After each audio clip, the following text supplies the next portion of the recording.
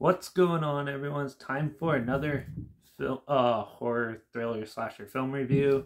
Today we're going to be talking about The Strangers. Now, I talked about the sequel a while back, and now I'm finally talking about the original. So, yeah, it was released by Rogue Pictures May 30th, 2008. It's produced by Doug Davison, Roy Lee, and Nathan Kahn, and written and directed by Brian Bertino, who's also done like films like The Dark and the Wicked, The Monster, The Strangest Prey at Night, obviously, and Mockingbird.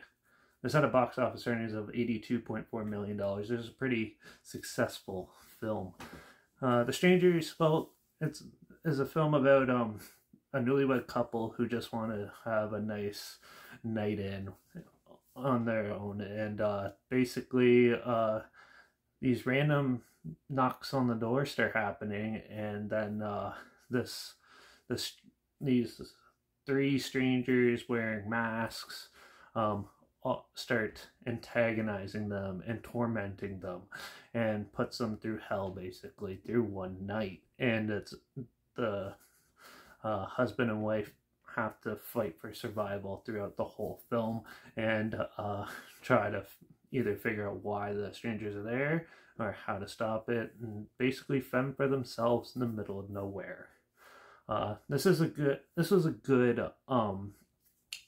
new sort of like revigoration of the slasher genre, because well, it's a home invasion movie, but the way there's like no score, barely any music in it whatsoever, and everything's quiet. You always see something in the background. You see like one of the strangers standing in a doorway while the other one of the spouses is walking around like doing something, and you always know they're around somewhere, and you just don't know where they're going to attack. And I think like especially when this first came out, I saw this in theaters when it came out, and it was creepy as hell sitting in a theater because it's just quiet, and then all of a sudden you see it. They don't even use like loud music or anything when you see them or anything. They just sort of like are there, sort of like yeah, just like creeping around. And it's creepy in a sense because you never know where they're going to show up and what's going to happen. And you could also see there's also a lot of similarities of this with the way the Charles Manson murders happen and stuff. So the Manson family style murders. Apparently the director took a lot of inspiration from that to make the story, and it really captivated audiences, I guess, at that time, and was really quite the interesting film. I like the ambiguity of the strangers because they never reveal who they are, which is good. I like that in a horror slasher film.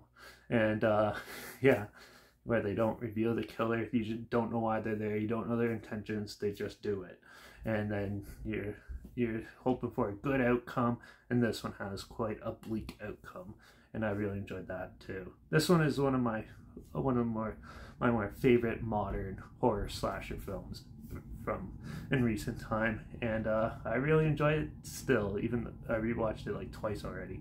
So yeah, it's just a really good, well put together film, and I think the sequel kind of takes what this one lays out and perfects it more. So yeah, it's quite an interesting film. If you haven't seen it or the sequel, check them out, they're really good. So I'm going to give The Strangers a 4.5 out of 5. I just want more kills mainly. That's the only reason why I'm giving it 4.5, not 5. But yeah, but this sounds like something you're interested in. There's a trailer link down below. Also linked down below is my Instagram. That's where I always post clips of films and review in the future on my story. I usually have the film title and hashtag and the subgenre film and hashtag so you're aware of it. My Letterbox is also down below. That's where I post my first star rating right after watching the films. So follow me on one of those two platforms, same with this channel.